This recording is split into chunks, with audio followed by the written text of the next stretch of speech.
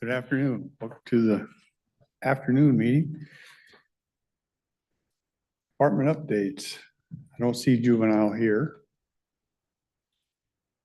Why don't we move to public works? If they show up, we'll go back to them.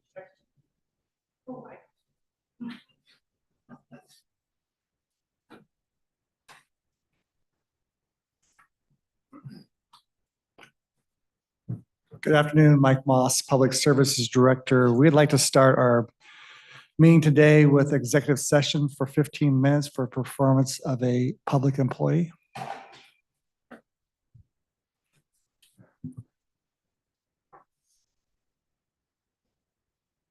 Okay.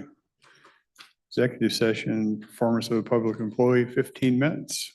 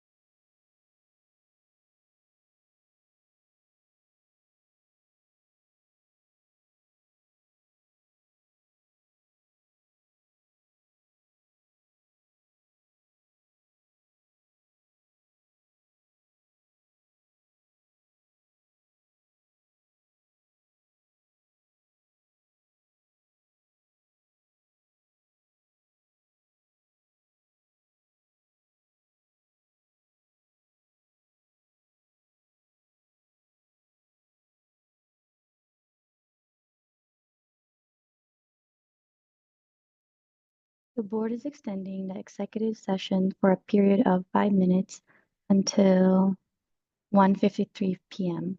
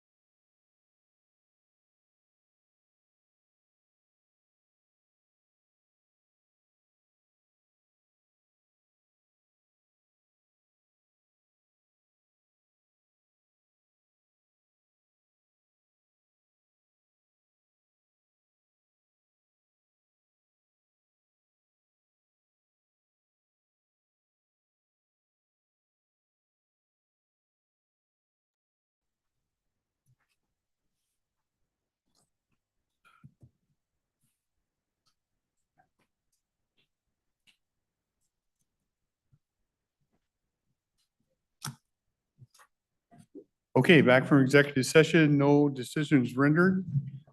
Turn it back over to Public Works.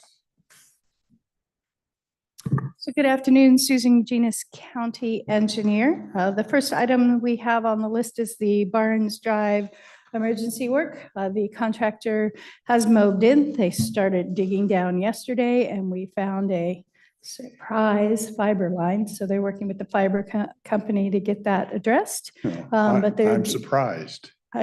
Fiber people. They were on the opposite side of the road, so that's why they didn't get destroyed during the Yeah. emergency. But we're working through that. They are working, still digging down. If this weather holds up, we'll be able to make good progress. So we are moving forward. Who's doing that for us? Castle Rock just asked me last night when I was at their meeting. Quigg Brothers? Quig? Yes, they did the North Pacific Avenue half bridge and they did the Tower Road temporary bridge. So we've worked with them before and have been pleased with their work. So that's why we reached out to them. So any other questions about that? Would we figure 2.5, 3 weeks? 2.5, 3 weeks, yes, to get it filled up, and then it'll be timing of the asphalt plant to whether or not, yeah, we get it paved, or if we open up to local only in gravel, I told Castle Rock last night, I said maybe gravel for a while because we don't know in Lakeside. And right? Paul told me they're opening up in a week or two. Yeah, they are running this week. Actually, they are running this week with jobs that they had backed up because they have enough and this beautiful weather. They are out this week, but we won't be filled back up by the end of this week, and we'll just wait for the next good window. They open up on good windows when they have 2 or 3 days and a bunch of jobs backed up. So, and we put ourselves on their radar. They know we'll be waiting in a few weeks. So the next item that I have is Brian Abbott fish barrier removal grant applications.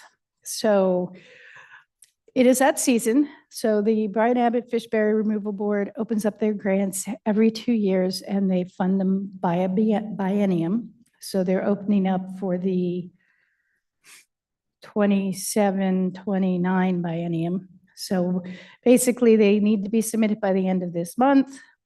They evaluate them through August. The board makes a recommendation to the governor. Then it goes into the governor and the legislative budgets. And so then they're awarded. So it would be July of 27. So it's a long process. So we're bringing them to you today because as part of the process, we are required to sign a applicant authorization form. And we need to get those signed. These grants are due the 26th. So I was going to run through our projects and then ask for permission for the chairman to sign that resolution. Do you want the long story or the short story? I can give you whichever you want. I'm good with the short. Shorter, you got it. So shorter. So we have used this funding program quite often. It's an 85% state funded grant with 15% local match. They fund construction projects and they fund planning projects.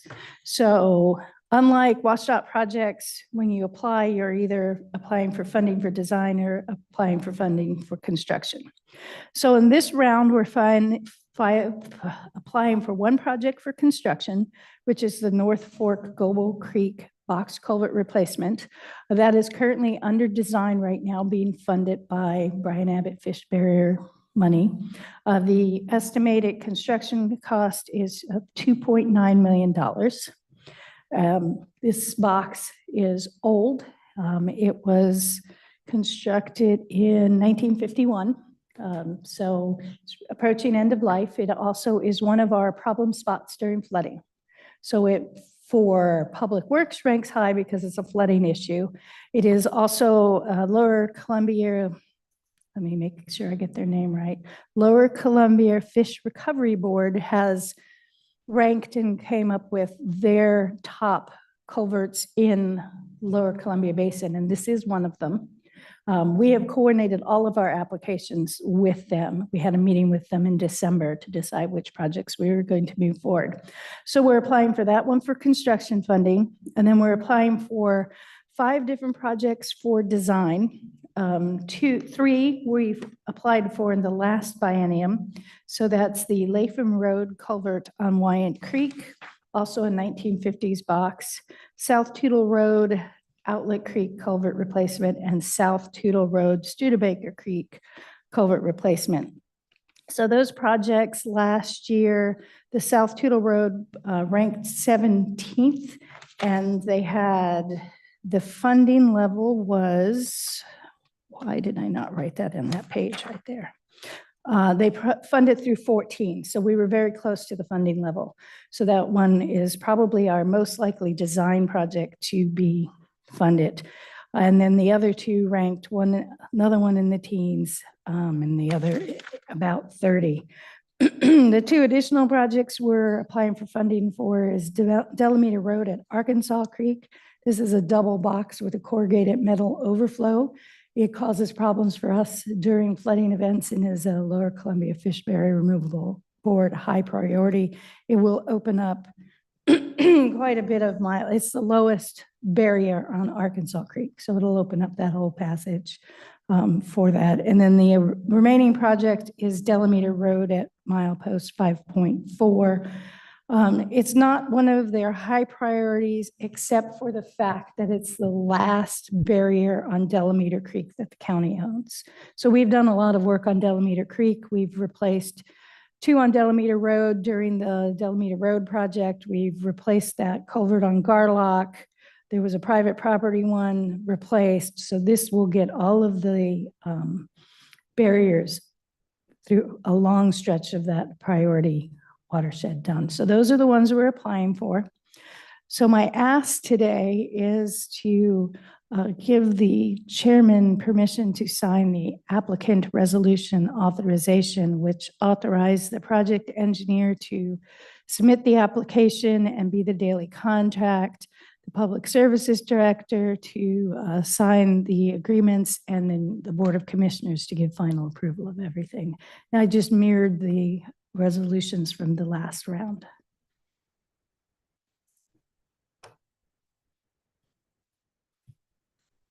I'm good. I'm fine with that. All right, thank you.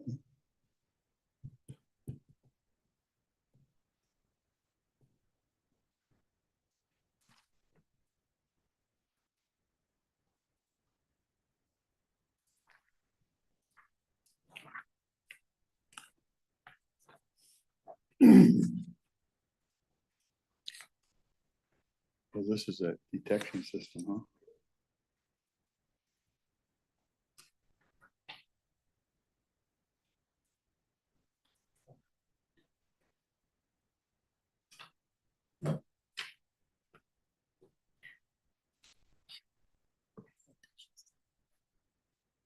Good afternoon, Savannah Clement, Public Services. So in front of you, you have a Movitherm quote package as well as kind of a demo packet for you to review. And we've talked about this for quite a while. This is our one of our 2 approaches to fire detection at the landfill. The board's aware we have Pano, which is almost up and running and ready to go. And this is our second way of approaching potential fire and heat sources at the landfill on the active fill. And this is thermal imaging cameras and detection. And the reason that I'm kind of bringing it back again to the board is that it's a revised quote. I wanted to give you guys some more information on how the program works. But I also need board approval to purchase it because it is outside of the budgetary window. We had it in the budget for last year. And since Sean's here on the spot, I don't know if it rolled over into this year. Looks like a no. So we need to make that adjustment if the board approves it with the budget amendment process that I believe will be happening here in the next month or so. The total cost that we would like to request is actually, it's about between $75,000 and $79,000. So we're going to go ahead and ask for the $79,000 price, which includes upgraded cameras. And it's actually, there's 2 quotes here. One is for an upgraded camera, the $79,000, and one is for kind of the standard cameras of $74,400. So we are asking for the upgraded cameras, which is a difference of about $5,000. Where's the money Difference coming from? between the two to pay for this? cameras. Oh, go ahead. Oh, sorry. Sorry, one more time. What's the difference between the two cameras? What's the upgrade?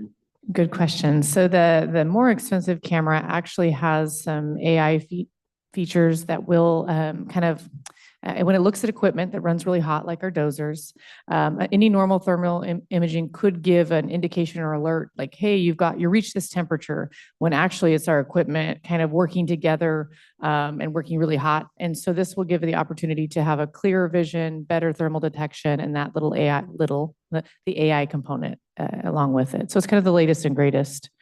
And we felt like for the price difference, it would be worth going that direction in our request. Yeah, this is, And sorry. Yeah. Where's the funding coming from for this? So it'd be coming out of solid waste. It's a capital purchase because it's over $50,000. It'd be coming from solid waste maintenance capital. Seeing a head nod. And again, it was budgeted previously, but we were not able to purchase it within last budget year.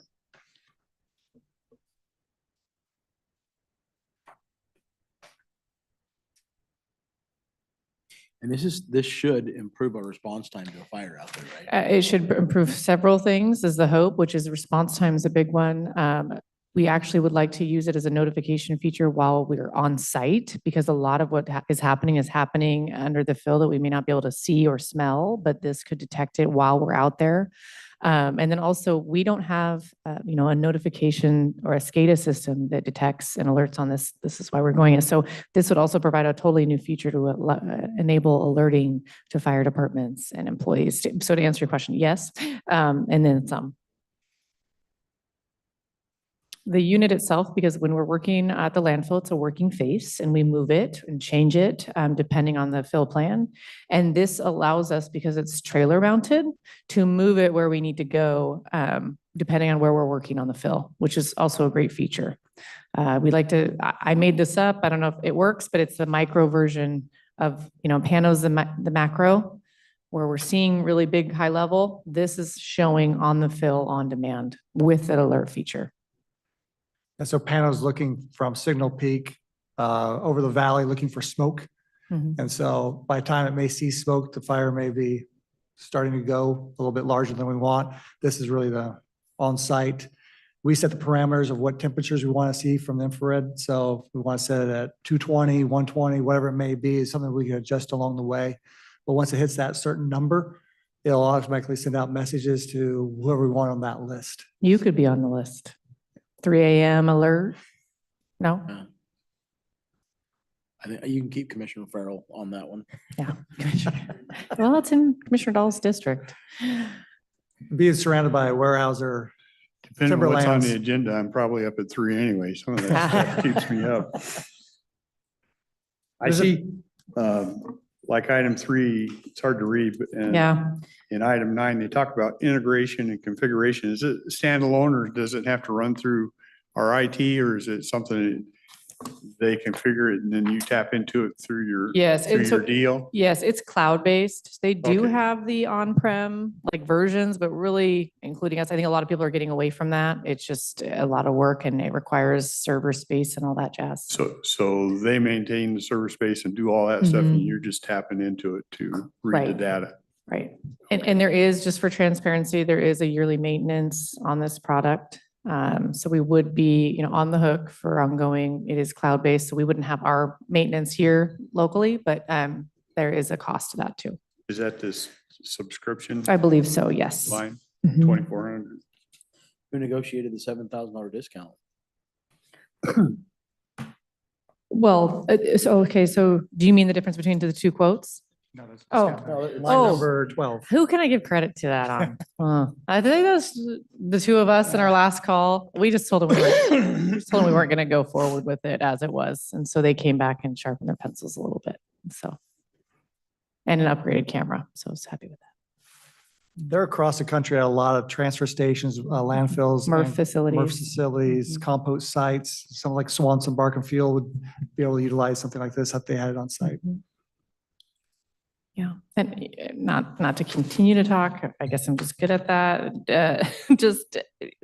Our last fire we had was about 110,000 lost in tarps. This product's 80. You know, I think if we had one fire to avoid, it would pay for itself, you know. What was the loss in? Tarps, landfill tarps. Tarps. Yep, the covers are landfill. And then all our equipment that sits on the fill, the equipment stays on the fill every night. Mhm. So we have, you know, millions and millions of dollars of iron sitting there every night, It's heavily plus- guarded. surrounded by Weyerhaeuser timberland. So one bad fire gets out of control, goes off the tarps. Next thing you know, we have a major fire. So it's a good insurance policy. We figured to have early detection to get the fire department up there as fast as we possibly can. Between that and the water truck we bought last year at Pano, those are really the three-pronged approach we want to do for fire at the landfill, because you have fires at landfills. They're not a secret. We have fires every day in the summer at the landfill, mainly from batteries. Yes. And so staff stuffs them out during the evening, daytime, but sometimes after hours, they flare up, and here we are, so. We can burn up the forest up there. We burn up one wild horse. We'll never hear the end of it. No joke. So once again, just so I'm really clear, all this stuff that I'm seeing here this is all standalone. Doesn't require any bandwidth or maintenance on our part. They're going That's to take care of correct. all that. Yes, and I can get that in writing from our vendor too, if that would be Okay. helpful.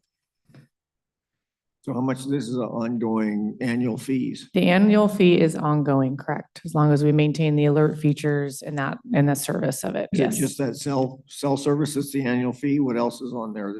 I can't read enough of this. Is it too light? 24. On the Is first that item number page, 5? 2,400. Yes, that's that subscription charge. The 1,400? It's I see that. 2,400 a year.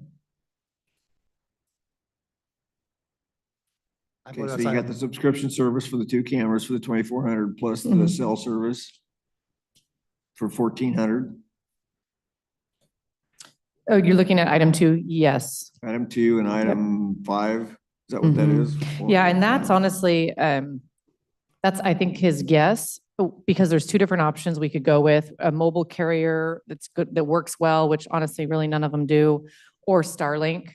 So that's depending upon the service that we get. But that, I think, is probably the high. A 1,400 a year would be a high amount.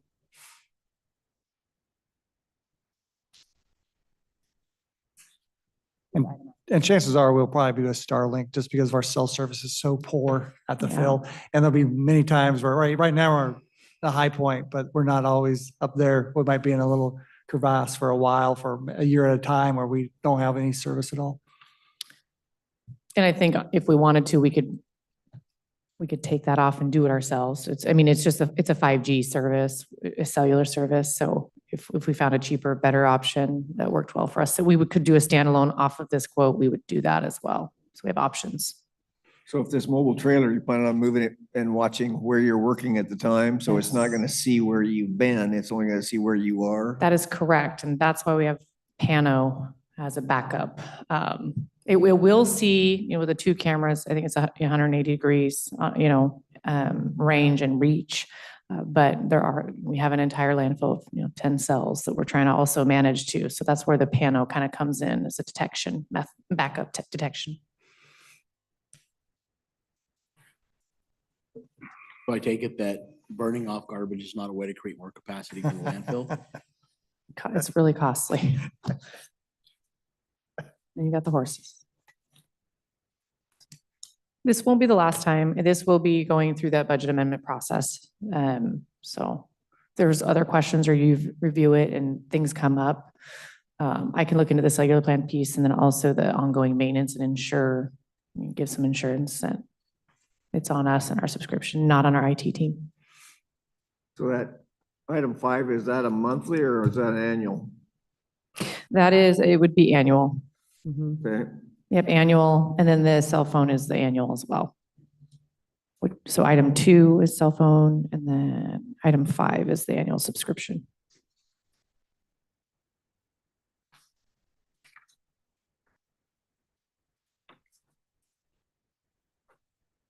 I can email it too, so you can read it better. I didn't realize it was so light. As far as timeframes go, are you preferring to have this before the summer? Yes, that would be our target. Yes.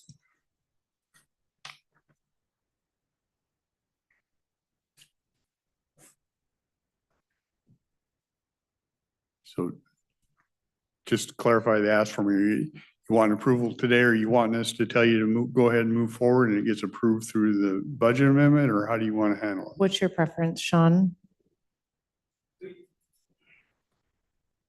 He said yes. No?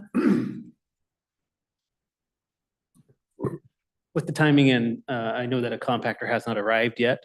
There should be capacity in their fund, and we can add it on to the first budget amendment to take care of the budgeting on that as well. So if the board would like to approve it, there should be capacity until the first budget amendment's available. Okay, so if we motion and approve it today, we're all good. We have capacity to do that. There should be the revenues. So what I'll do is I'll get you guys the electronic version and I'll answer a couple of those questions and then we'll look for it in the budget amendment. Okay. Anything else on that? Okay. You're next. Thank you. Do you guys have any miscellaneous items for Public Works before we move on to HHS? Let me ask a question. And it's kind of directed to my seatmates also. We've heard a lot, and I don't mind having a meeting where we do this in open thing. It doesn't bother me at all. We've had a lot of talk about people in buildings, what we should do with some buildings or what we should do with juvenile.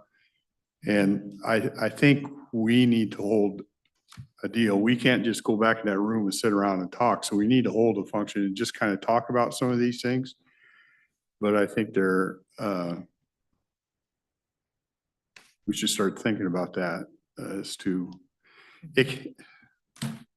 I know it's hard to say things because people take some of this gospel, but just things like, what's the value of juvenile? If you sold it, can you do something smaller someplace else?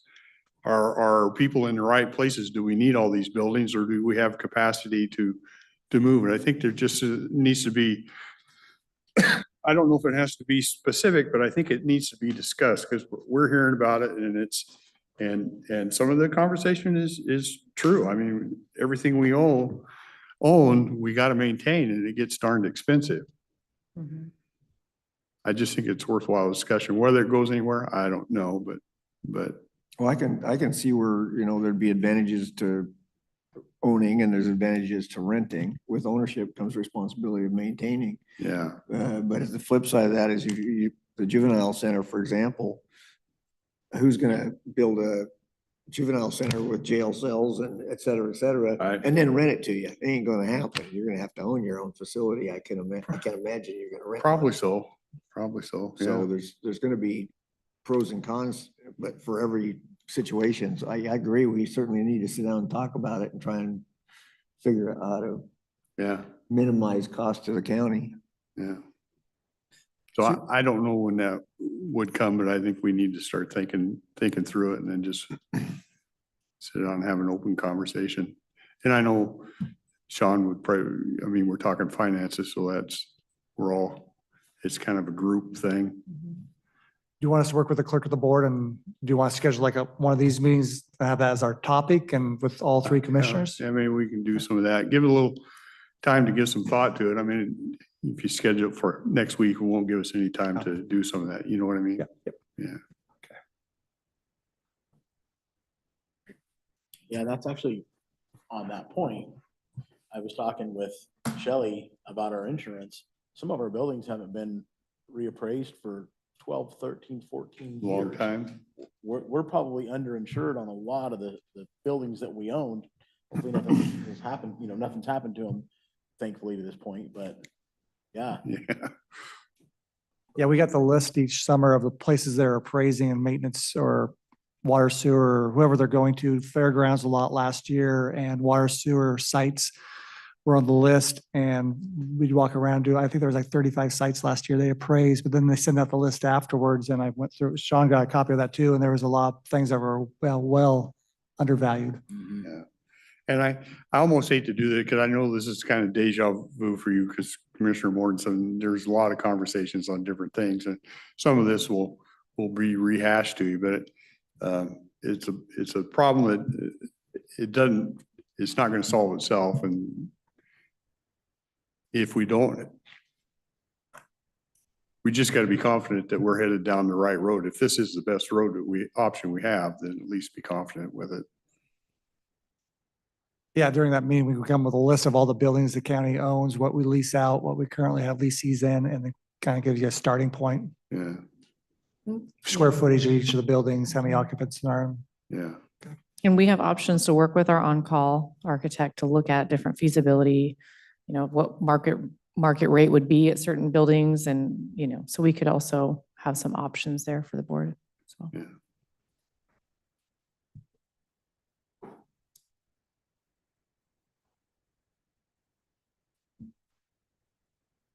All good? Okay.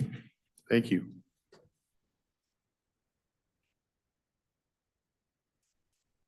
Okay.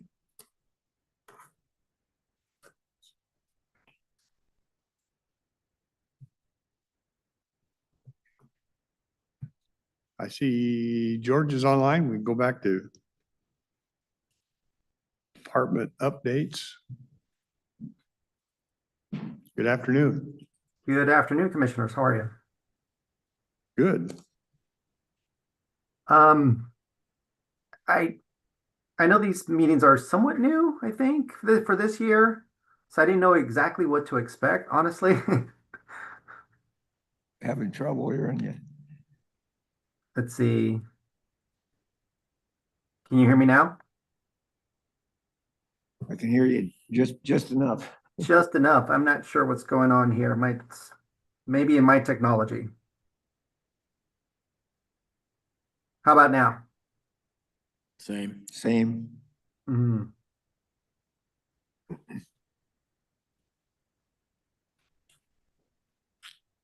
Yeah, this is a little bit of a new format. We're kind of feeling our way through it. George, to be real honest with you, I think some of the things that we look at is that I'm would probably ask you or want to know about from your side of the aisle is, what do you see coming down? What do you see in juvenile detention? Are you worried about any legislative stuff, or is there different things?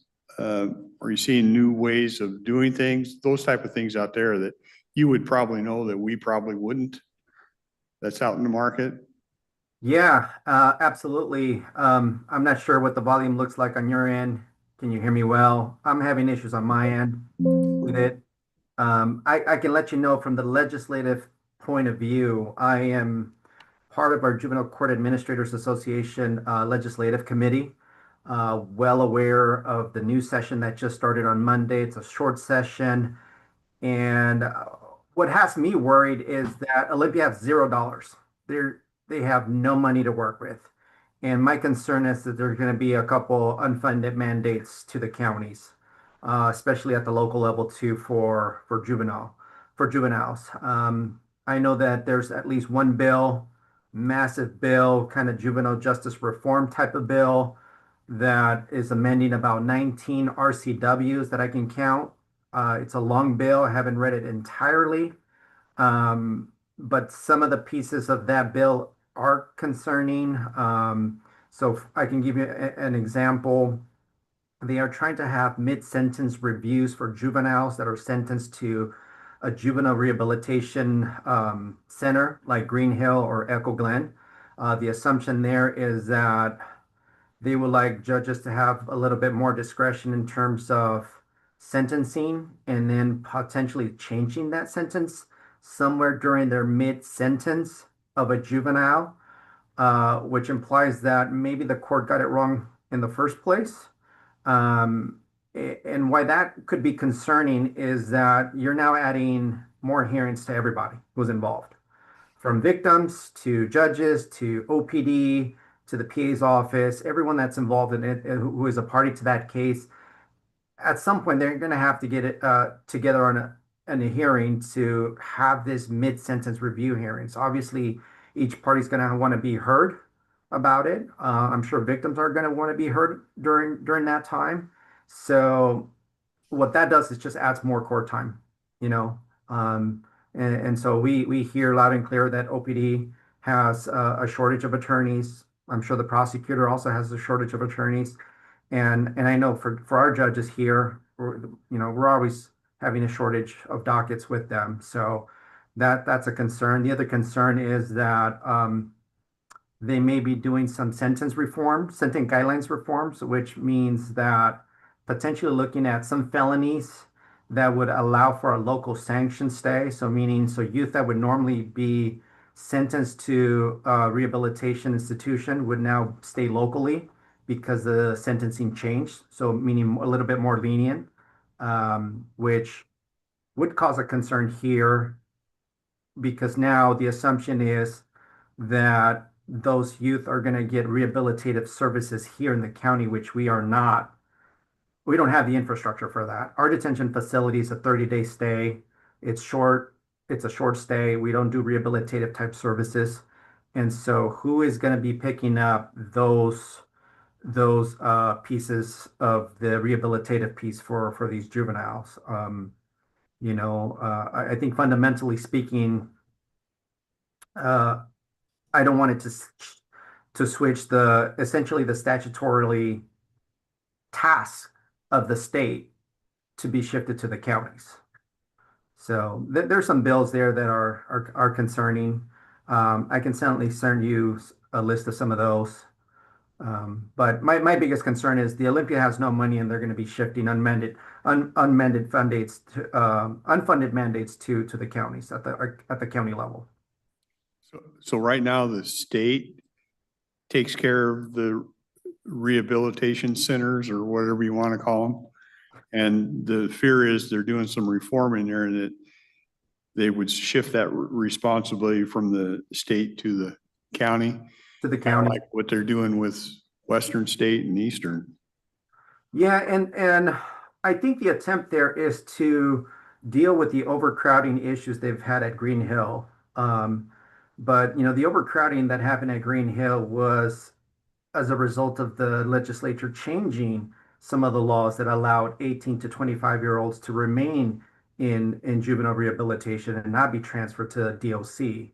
So they created that problem. Olympia created that problem, and now they don't want to face that issue. And so instead of facing that issue, they say, well, how do we reduce the amount of youth actually going to the institutions that are overcrowded? And so one idea is to lower the sentencing, which would mean that these youth would stay locally in our community. And that's concerning. So since they've allowed 18 to 25-year-olds, I think it is, to remain in Green Hill, would you make the case that if we had that, we could see that in our local juvenile centers too? No, not here. So that 18 to 25 legislation essentially allowed the state to have those individuals that are between those ages 18 to 25 that have had long sentences to remain in a juvenile institution like Green Hill. Really, it would be only Green Hill because Echo Glen is mainly reserved for a younger population. Okay. And so Green Hill is the only institution right now in the whole state of Washington that can take 18 to 25. Now they opened a facility over in Aberdeen to allow anyone who's 18 years and older to transfer from Green Hill to the new facility. But that facility in Aberdeen, the name escapes me, but I think the bed space was only about 24 bed spaces, which didn't really help the issue of the overcrowding at Green Hill. Yeah, we wouldn't take anyone who's 18 years of age or older.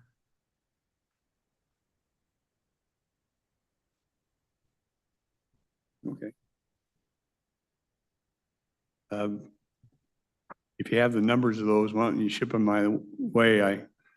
Sitting on LSC, I try to keep track of what we're doing as a group of counties, if anything.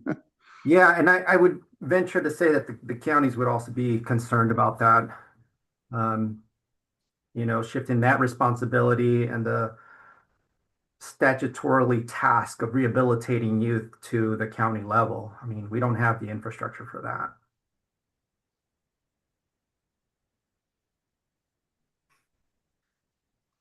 If that passes, you got to think that with the email that we got from Wasack and from Doug with the Supreme Court saying, yeah, the counties can sue you for more money for your, attorneys. The number of indigent attorneys we have to have, this would, you'd think would fall into the same category. Yeah. Yeah, and that's, the legislative session just started this Monday, so Yeah. I haven't checked the latest bills that are going in there and to see what concerns we may have. Yeah, they're just getting warmed up, George. That's what I'm afraid of. Yeah. That and that they have no money, so they're going to want somebody else to pay for that. Yes, they are. Yeah, I guess the other thing I know that may be on your radar. I know we're trying to do our best here with not having the cleaning services anymore in that contract, but we're waiting on supplies to do our part on our end here. I know that we reported that our supplies essentially were taken by CLX team or whatever the company is, that they took all the equipment, which to my knowledge belongs to the county, including two vacuums that we had bought out of our budget. So, Amanda, did you send an email out about You're that? aware of it? Okay.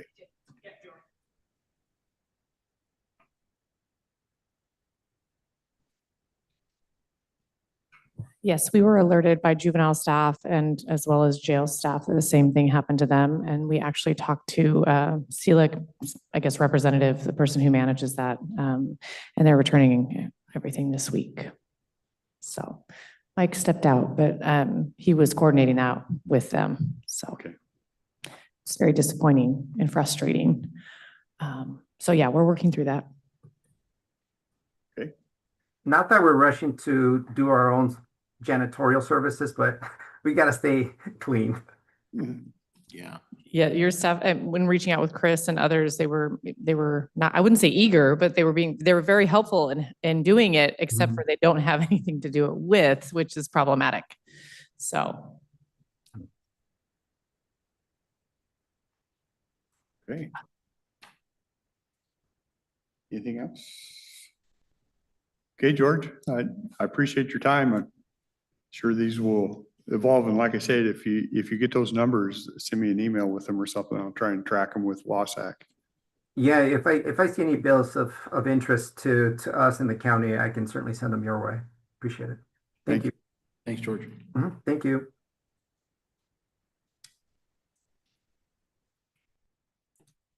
HHS.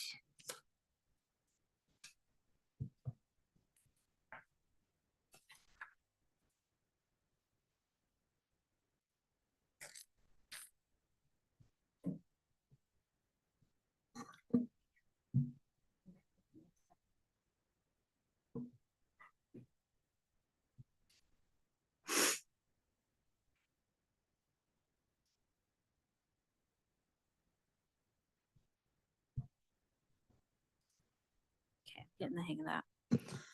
Okay, Gina James, Health and Human Services. Just wanted to take an opportunity to touch base on our advisory boards that we staff. So we have 2 advisory boards with Health and Human Services. So we're going to talk about both of them and probably end up talking about the budget and funding a little bit here as we go along. So I'm going to first touch on the Homeless Housing Task Force. So with the task force and what I have listed there on the slide is kind of in statute, the purpose of the Homeless Housing Task Force, which is to create a homeless housing task force to develop a 5-year homeless housing plan. So we recently have gone through that process. Some discussion we've had at our last task force meeting was about what the future of this task force looks like. I sent out a brief survey to the task force members, just getting their input on both meeting frequency was kind of the primary question, was moving forward, how often do you think, the task force should meet? And then I also asked if you suggest we meet quarterly or continue with once a month, what do you envision the purpose of these meetings to be? So I asked them those questions. We currently have 12 members, 11 of them responded, and that's what you see on the screen here is their responses to those questions. So most folks suggested to transition to quarterly meetings, and then some of the comments about what they envisioned the meetings to look like were around plan implementation, following up with current local plans or making adjustments as needed with the local plan, observe and evaluate the homeless situation and see if we have recommendations for the cities or the county, and talking about service providers and what service providers are doing. So those were some of the comments about quarterly meetings and what the purpose of those meetings would be. We also had, 2 members suggest transitioning to an ad hoc committee and just meeting as needed. And then 2 other members saying our work is done, we could dissolve the task force. So I wanted to share those results, but also touch base and kind of see if the board has any thoughts or feedback on the task force and the purpose moving forward. They had sort of asked me to connect with you because, a couple of the members said, well, what does the board think we should be doing? And so I wanted to just kind of get some information out and maybe have a brief discussion about what that looks like. I think from my perspective, I wouldn't have any issue, we could certainly do either any of these options, ad hoc, where we just call up the meeting as needed if we need to make adjustments. Quarterly meetings would be fine. I would turn to the group on helping to set what those agendas and meetings would look like in terms of discussion topics or purpose and what that looks like. So pause there for a second, see if there's some initial thoughts from you on what that looks like. And we don't have to make, any decisions today. I just wanted to start discussion on it and kind of get your wheels turning a little bit about what that looks like. The one who said other, was there a suggestion that went with that?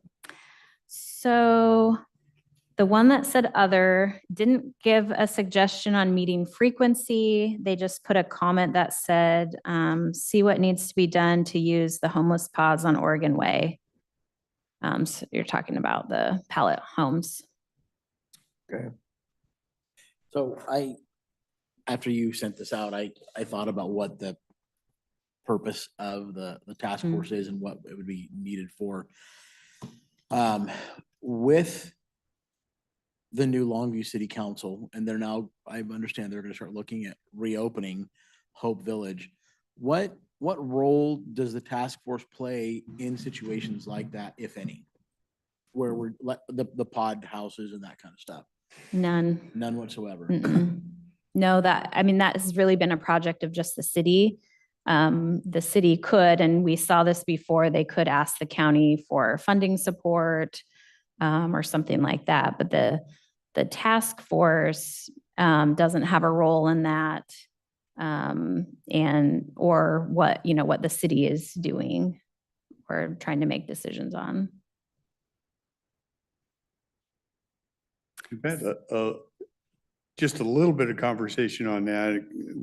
Commissioner Farrell and I heard over at the Wasatch deal, one of the things at Wasatch was just having Department of Commerce give us the plan, because they do it pretty much anyway. Mhm. And we had to, kind of had that discussion in there and I got the flavor of, yeah, they do that, but it's still kind of nice to have some of our input to push back or to adjust some of that. Mhm. So I don't know about total elimination. I don't know how much power they have, but if it leaves us a vehicle to try and say something to Commerce that we want to do it this way or have some say, Mhm. it's probably warrants having it. Yeah, and we. Not that Commerce will listen, has to listen to us, right? Yeah. Yeah. Yeah. So that is the vessel, we've used for that collective feedback to Commerce in the past. Mhm. Does the task force have anything to do with following up with the written plan with any of the Any of the things agencies? within the Yeah, plan? within the county? Not with the agencies. So historically, so this has happened before where the task force has sort of finished a plan. A previous board then said, okay, like this is great, we have this plan, but could you give us a recommendation on sort of where to start or prioritize the things in the plan? And so then the task force kind of went back and prioritized and put things in order of priority, saying, we think you should do this first and this second and this third. So that was one role that they had in the past, kind of prioritizing where the focus should be. Mhm.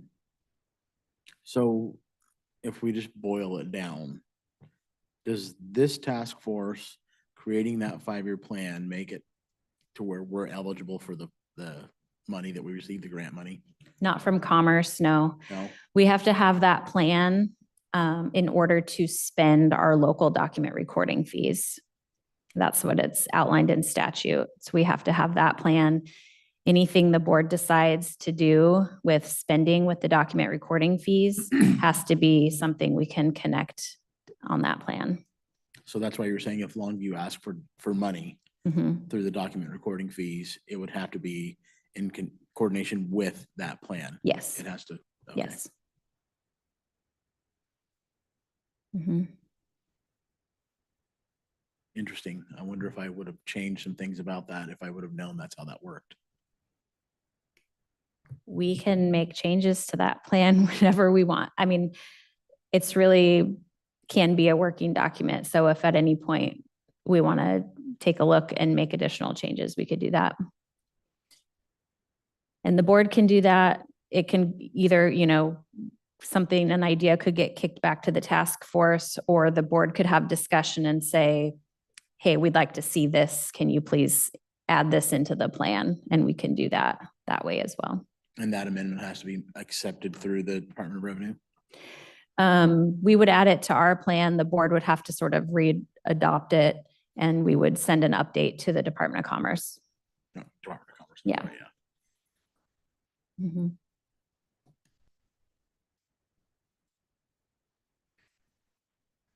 What do you think? I mean, do you get up and go, oh geez, I have to deal with this thing again? I'd rather just send it to me, or what do you think? I mean, is it time consuming Yeah, is and it worth your worth it? time, or is it just a drain on your time? I mean, I would say at this point with the plan, the work on the plan done, no more than quarterly.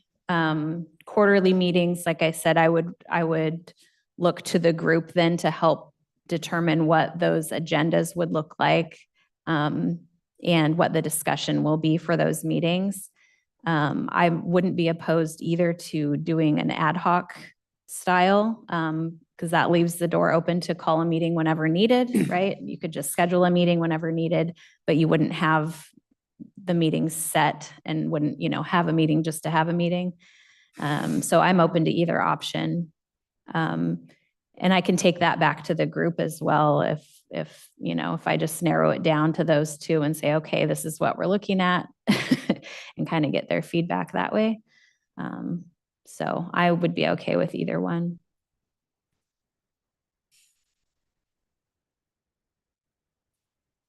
I'm personally fine for less meetings. Yeah, you usually come to these ones. Yeah, I go, and they're good meetings, you know, in the, Yeah. in the development of that plan. Mhm. I learned a lot, going through that, but if that plan is done, I'm for the ad hoc when needed. Yeah. Okay. I would second that, yeah. Okay. Make it kind of fit around you. Okay. I'm good with that. And like I said, we could always call a meeting, or if members had something they wanted to discuss, we could always schedule a meeting. So I'm good with that. Okay. Thank you. Okay. Veterans Relief, shifting gears. So I'm going to talk briefly, just kind of broad overview. The way the Veterans Relief stuff is set up is there's kind of a couple different categories here. So we have the Board of County Commissioners kind of overseeing everything. And so the commissioners appoint members to the advisory boards. We have a Veterans Advisory Board. The Veterans Advisory Board gives input to what's called the assistance program. So we have a Veterans Relief Assistance program set up. And we'll talk more about what that looks like the next couple slides. So the commissioners also oversee the Veterans Relief funding. So there's specific funding dedicated to providing assistance to our local veterans. So the board oversees that funding. The funding can pay for the assistance program that I mentioned. It can also pay for special projects like the stand down or meal boxes or other proposals that the board approves. It also in statute can pay for rent for veteran organizations that are chartered by an act of Congress. So it's kind of very specific in statute that if an organization requests funding, that they are provided funding through the Veterans Relief funding for their rent.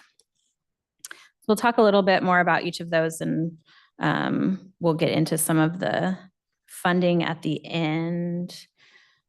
So the advisory board, just referencing in statute, the legislative authority for each county must establish a Veterans Advisory Board. The board shall advise, I hate reading all of it verbatim. The board shall advise on the needs of local indigent veterans, resources available for our local veterans, and programs that could benefit the needs of local veterans and their families. So that's right from the statute. Look, our advisory board, the way it's set up, we have up to 9 members. So it's a kind of a smaller advisory board. Members must be a veteran, and the majority must represent a veteran service organization, which just means they have to be a member. So most veterans are members of, VFW or some type of service organization. We do currently have 1 opening on the Veterans Advisory Board. I think we maybe had an application that came in recently, so I just wanted to mention that. Okay, so they give, as I mentioned, the advisory board gives recommendations on the assistance program.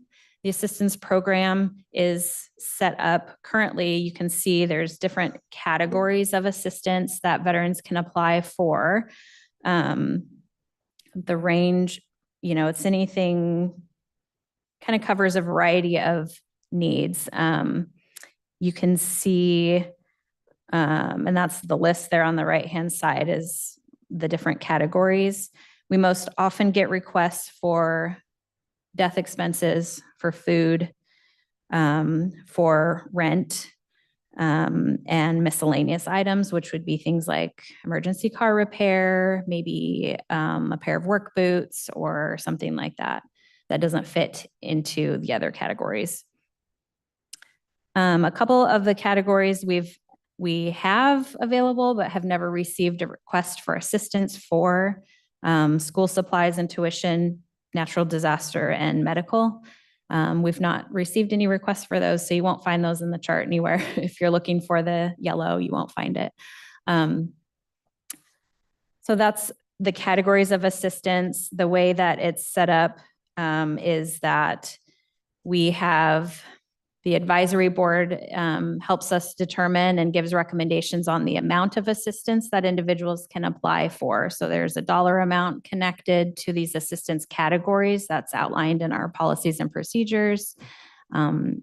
Often it's a request that's, you can access rent one time in a 12-month period. There's kind of those parameters set on it as well. So the advisory board gives suggestions and recommendations on what that should look like.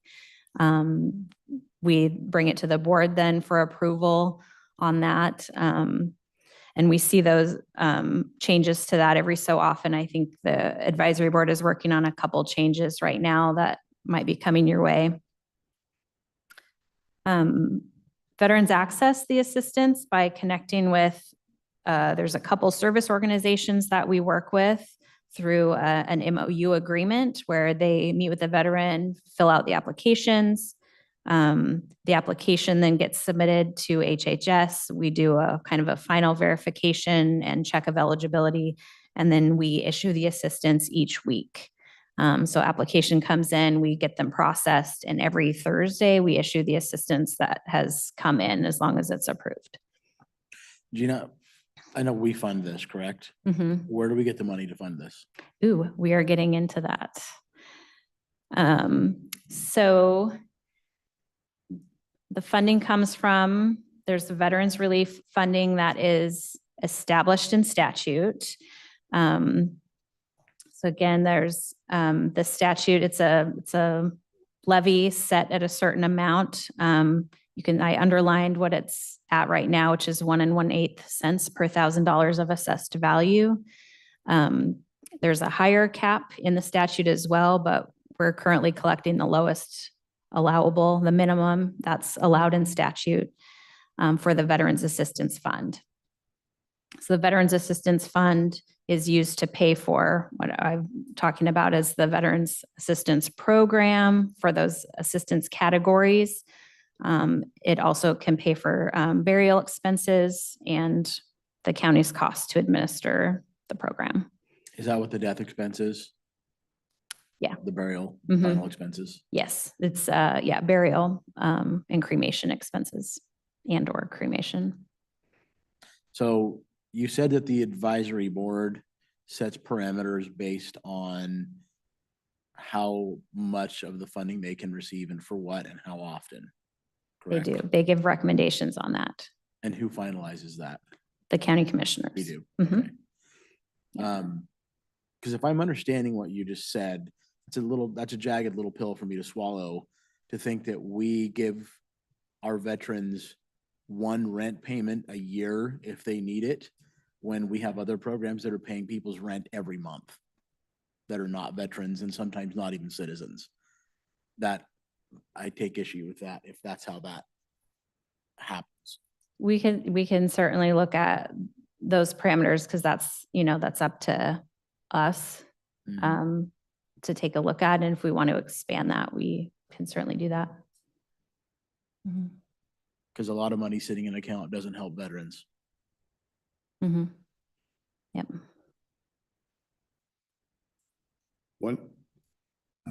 I'll turn on my Commissioner Mortensen hat. One thing to remember is these people are eligible for everything, all those other programs that we just talked about. They can do all that. Now, there's nothing that precludes a veteran from that. They developed this to pick up when one of those people fall through a crack that they don't get the help over there to pick it up. And the reason they did that, because there wasn't a lot of funds in there. Now it's grown funds and I get that, but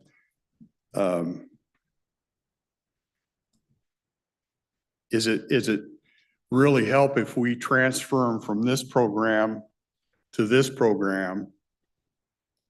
Are we helping it? It's just, to me, it's just status quo. So now they get, we just use that example, they get every month's worth of rent from us, not from over here. So I don't know, we're moving them forward. So I think I think we just have to keep that in mind, that they're not excluded from any other program. This is trying to help them when they fall through a crack in one of those programs, that we can step in and say, hey, veteran needs this. Yeah. Now, I'm not a fan of having a huge fund in here. There was times when they didn't have any money. Mhm. But when I think of helping, I try to look at it maybe a more grandiose, like Tunnels to Tower, that puts some of these, redoes a house for a disabled veteran, or does something of that nature that actually moves them forward instead of status quo. So that's just a little bit of how I kind of look at it. While I don't, seeing it sit there doesn't give me warm and fuzzies. Mhm. I just don't want to spend it for same thing that's already being spent, I guess is what I'm trying to say. Sure. Yeah. And that's a good point, that, all of the other mainstream services that are available are also available to the veterans who are accessing this funding. One of the reasons we work with the service organizations to do the applications is because they also are in tune with the veterans VA assistance, and can look and check and help them qualify for any VA benefits that they may be eligible for. And so that's part of the reason why we like to have that initial contact with those organizations, so that they can do that piece of checking other resources, other benefits, if there's VA services that they're not accessing that they could, and help get them connected to those resources as well. And to one of your other points about the funding, as we'll look at here, we haven't always had that much funding in the account. And when we look at, what comes in each year, we do have to, be thoughtful about how we spend and what we approve for spending, so that we can kind of maximize the assistance in that way. Because, we get, what do we get? 200, just under 200,000 a year, right around there, that comes in revenue for the assistance, which isn't, it's a good amount, it's a good chunk. If we start paying a lot of people's rent every month, then it will, burn through that pretty quickly. So I did want to talk a little bit about the funding, because we have had some brief conversations about, just having discussion about what options are there. I sent a more detailed fund balance in email. I do have a hard copy if anyone would like a hard copy to look at in front of you. Does anyone want one now? I Okay. do. I did have a couple of questions Yeah. about it, if you can hand them out. So the veterans, this fund then is not just something that they still have access to those other resources available to them. This is just kind of above and beyond that for veterans. Okay. Yeah, there's nothing that, stops them from accessing any other mainstream services. So this is in addition to what's available in the community. Sorry, I'm struggling with a tickle. So you can see kind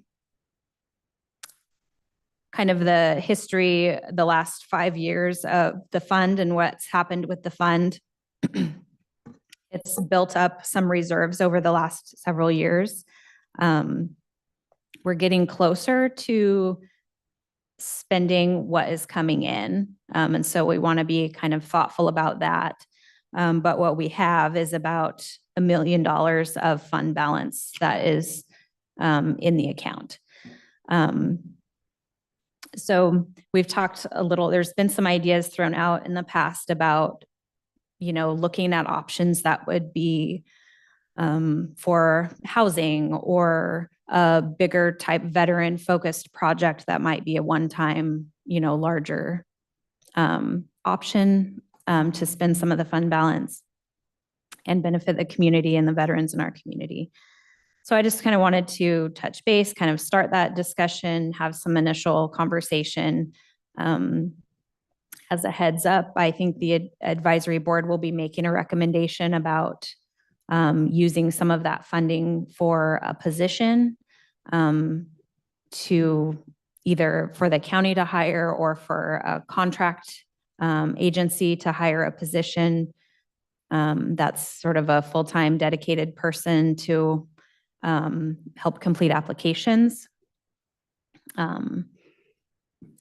It's not sustainable. I have some other thoughts on that as well, but I just kind of wanted to start the discussion and get an initial kind of direction on things to look into or thoughts the board might have, so. Yeah, I kind of ticked them off when I asked them what problem were they were trying to solve with this position, and they didn't have an answer. They thought I was picking on them. I don't know. We probably all have different thoughts. I'd like to see it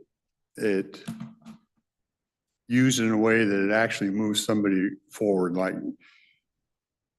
we have roughly 8,800 veterans, it looks like, when census data is kind of gives a range, but we're kind of around 8,800 in Cowlitz County, and they're probably, I don't know what the mixture is between younger veterans and older. My guess is that the ones that we see are the olders, because the youngers are probably working a job or doing something. And I don't know how many would be considered disabled that you could help, but I know things like when I was talking to a local home in Castle Rock, that they have so many veterans on the waiting list trying to get in that if you built a wing, they'd fill it up like this. You know, those type of things. Mm-hmm. Those things I know are out there, but I don't know how to use some of this to try and help fix some of that. Gina, on the county 4 and 5, the administrative expenditures, Mhm. the auditor expenditure stayed pretty steady, but the project administration staff and stuff, that was on an upward trend. And so were the assistance programs. It went from, in 2021, 27,000, 35,000, 59,000, 104,000, and 142,000. Is that because we had that many more veterans accessing services, or did we loosen the guidelines as far as giving money out? Yeah, so I think we've seen our number of veterans going up, but we've also had increases to the assistance amounts. So that, makes that assistance number go up as well. When we used to have $250 for food, now it's $400.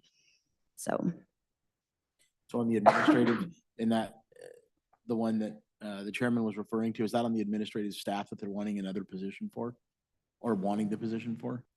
yes. Yeah, for the purpose of completing applications with veterans.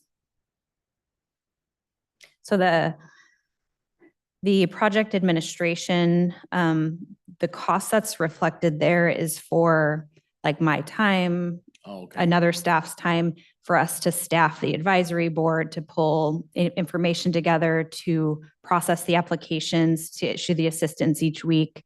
That's the cost for doing the work we're currently doing. So the position is merely administrative. It's not helping people get stuff forward, as the chairman referred to, giving the money to the veterans to helping them in their situations. Right. So what we're doing now is what you just said. It's that administration work. The advisory board recommendation, sorry, I'm struggling, for a staff would be to meet with veterans directly and help them complete applications. So it would be a little bit different in that sense. But that's what the posts do. That's what the posts do now. Right. Yes. And I kept trying to find out who we missing that this other person did pick up, and I couldn't get an answer. They just got kind of angry at me. Right. Right now it's a volunteer basis. Yeah. Kelly. Sorry. Take a couple seconds. I wonder if those, and I noticed that too, that in 24 and 25 and it increased. I know they increased some of the limits on there, but that was also in 24, the first year, we allowed them to do a stand down, what they call a stand down in 24 and 25.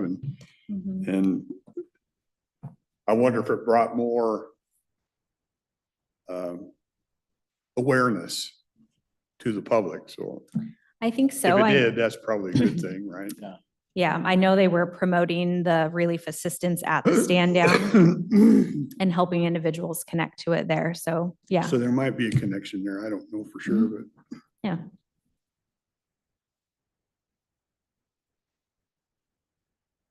Well, excuse me, the people who complete the applications and fill this stuff out is voluntary, right? Mhm.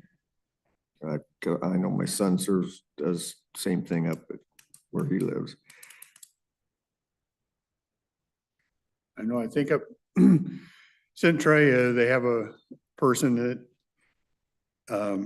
and I only know this because I went to school with him, Pete, puts together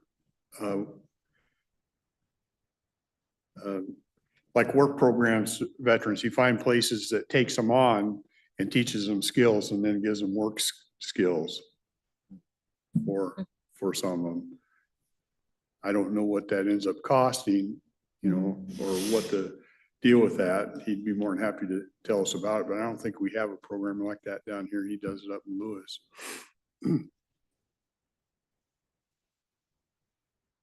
You know, Gene, I have no issues trying to help. I have no, I see veterans and elderly people. I don't have any issues trying to help others. I just want to, if we're going to help, I know, and I said it earlier today, if we're just sustaining a lifestyle, I'm not sure that's doing much good. If we're helping moving them forward, then I can get pretty much behind that. If we can find things that help move some of these people forward, I think that's a positive.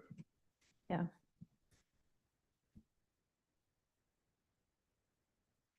And we have tried partners, we reached out a couple of times to Tunnels to Towers, and they didn't want to. Yeah, so we did try. You know, I didn't think to ask Haswa if they might have any, you know, veteran set aside Well, units. you know, I get that wonder once in a while if they have, if they're building this new unit and they designate, and if we're able to supply, just use $1 million, can they designate 20 units to veterans? Mhm.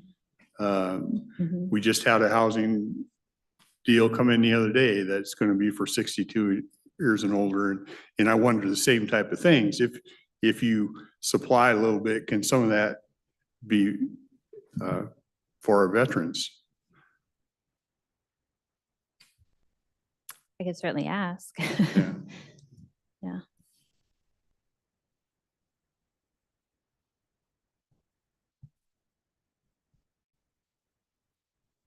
I think it's more than reasonable to ask that. I think so too. Yeah. Yeah. And I really have nothing against the person that wants the salary. But I think you see the writing on the wall as well as I do. That'll last for a few years and then it'll be gone and you're right back to square one. And it doesn't seem like we've gained anything. Yeah, I mean, it's certainly not Yeah. To, you know, to forever fund something like that. Yeah.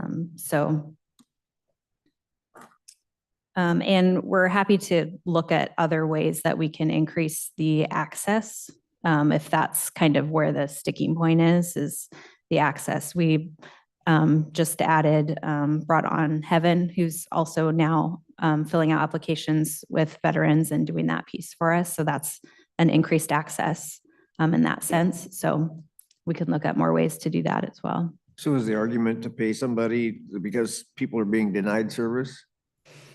I mean, I think there's a little bit of frustration with the hours that the service organizations hold. So, you know, we're primarily talking about volunteer-run organizations, and so that the hours are hit and miss.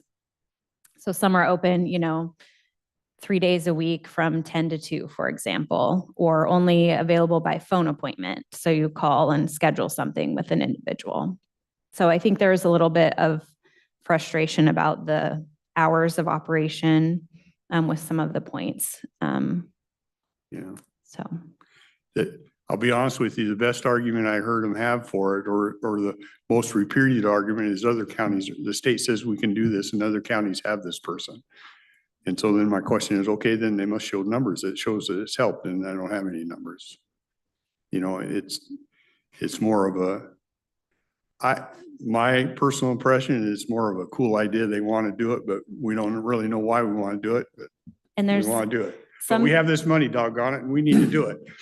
and some counties have grant funding that is specific to funding a VSO position, separate from their veterans relief funding. So I think Lewis County is that way where they, That doesn't actually take from their fund. right. They have a grant that is specific to funding that position. So, and I know a couple counties are that way. I think are eligible if your population is so small. So, Gotcha. yeah. Well, how many volunteers do they have and how many applications are they processing a year? Oh gosh, we just ran numbers on that too.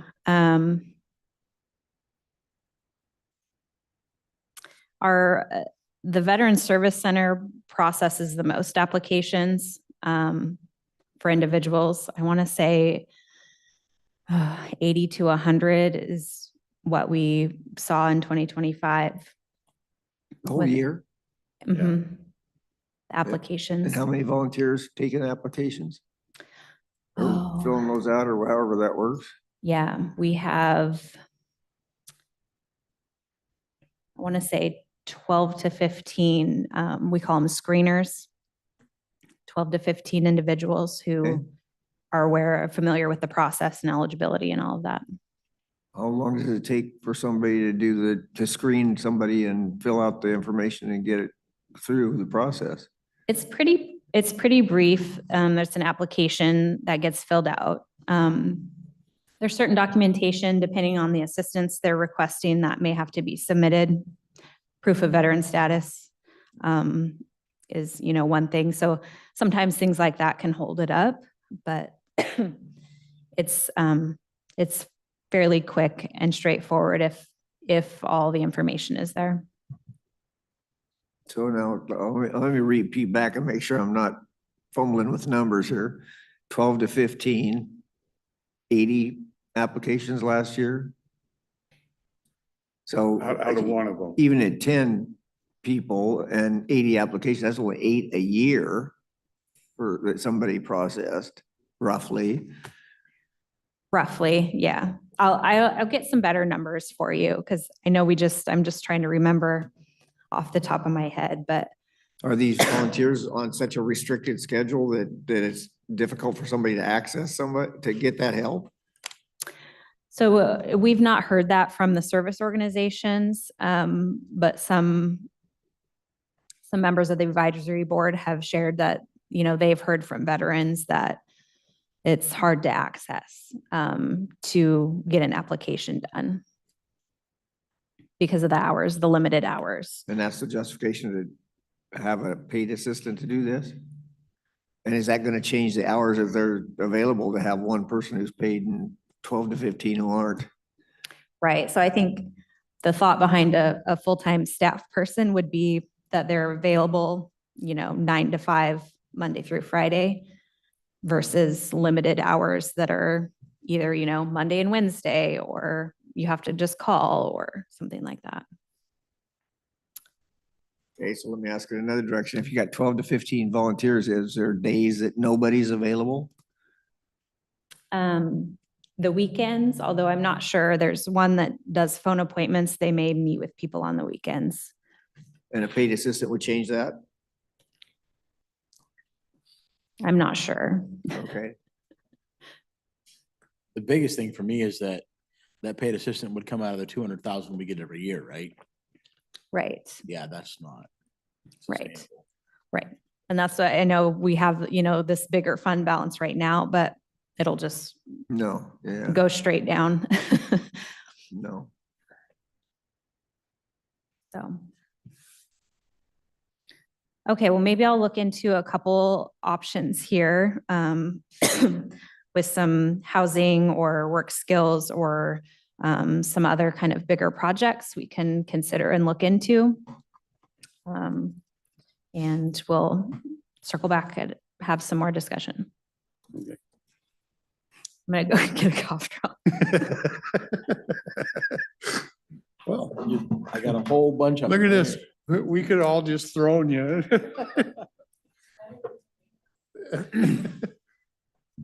Okay, Gina, thanks. Thanks for running through that with us. Appreciate it. But Gina, let me ask you another question.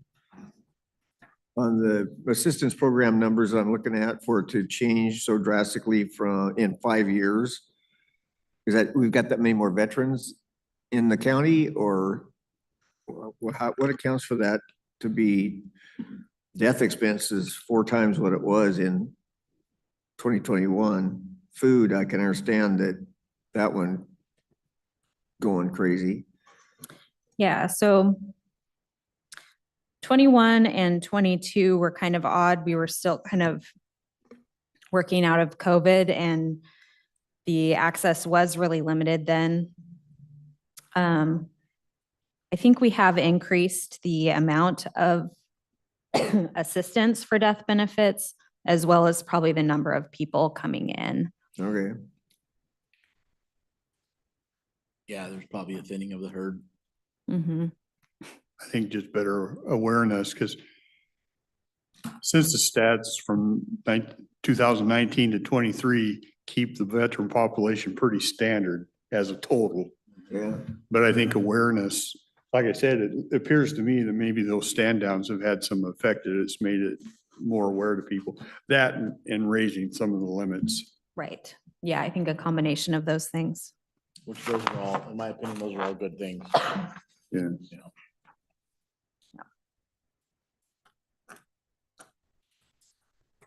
Okay. Thank you. Thank you. Thank you. Sorry, we didn't offer that. We should have offered it earlier. I'm sorry. I forgot about it. I just looked, I'm like, oh, I got cough drops in there. We could all thrown, then the paper said, look, they're throwing things at her.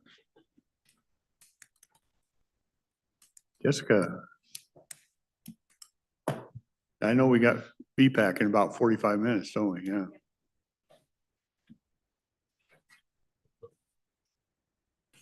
I was going to say good morning, but good afternoon. Yeah. I'm normally here in the mornings. Jessica Moran, Human Resources. I have one request from Building and Planning. They filled their assistant planner with an internal candidate, so they're requesting to now fill his position, which is the planning specialist / coordinator position.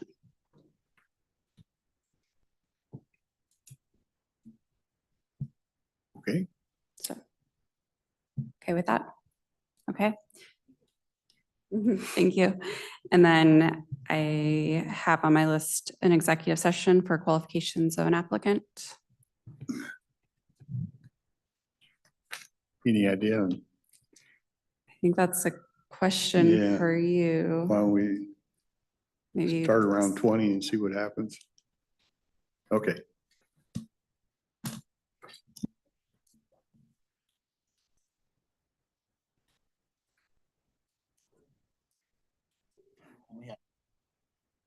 Little boy's room. I drank the whole water bottle that.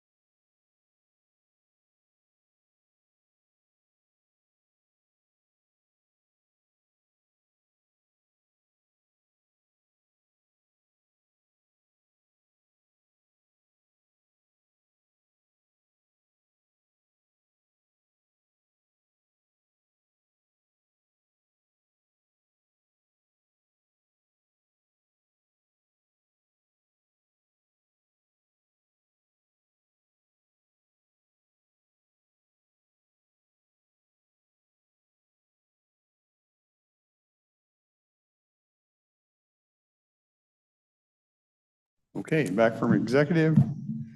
No decisions rendered. I think we're at the end of the day. We will adjourn.